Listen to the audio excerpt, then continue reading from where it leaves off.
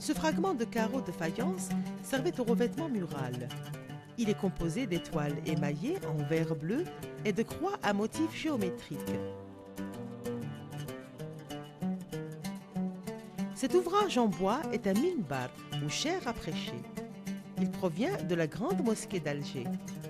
Il est daté de 1097, soit de l'époque almoravide. Au seuil de l'escalier apparaît une inscription koufique.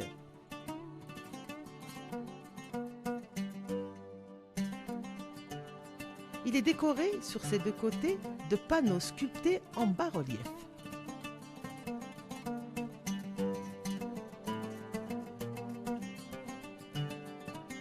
On peut admirer ce fragment de revêtement mural qui est une mosaïque en céramique et qui appartenait à la Madrasa Tachfiniya de Tlemcen.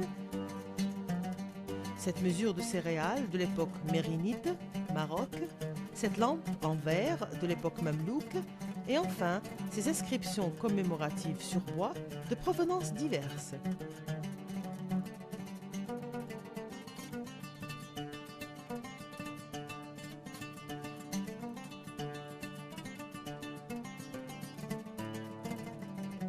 La salle suivante est consacrée à une importante collection d'objets datant du XVIe au XIXe siècle après Jésus-Christ.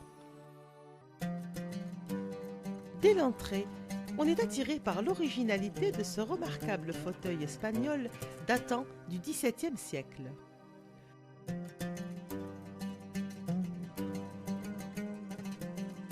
Ce panneau en bois comporte une inscription commémorative de la Zawiya de Yahya ben Mahjouba de Constantine. Dans un grand médaillier sont disposées des armes et leurs accessoires de provenance diverses. Des sabres d'Alger en argent à décor floral en relief, des ustensiles de mesure de poudre et poires à poudre en bois. Cette arme est un pistolet poignard de la Turquie datant du XVIIIe siècle. Il est orné d'applications en argent gravé et incrusté de corail.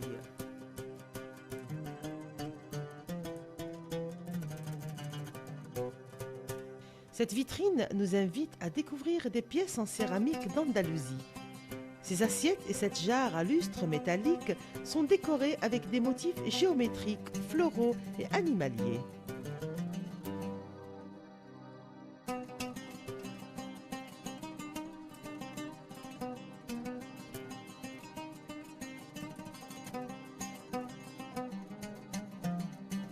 Cette vitrine renferme des chandeliers à décor épigraphique et floral d'Iran, ainsi que ce seau de bain en cuivre jaune et ce grand plat. Et Diznik de la Turquie, ce plat en céramique.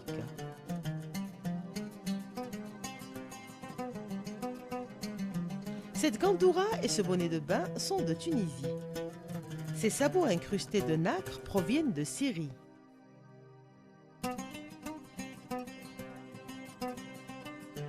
Deux superbes cafetans enrichis de broderies attirent particulièrement l'attention du visiteur.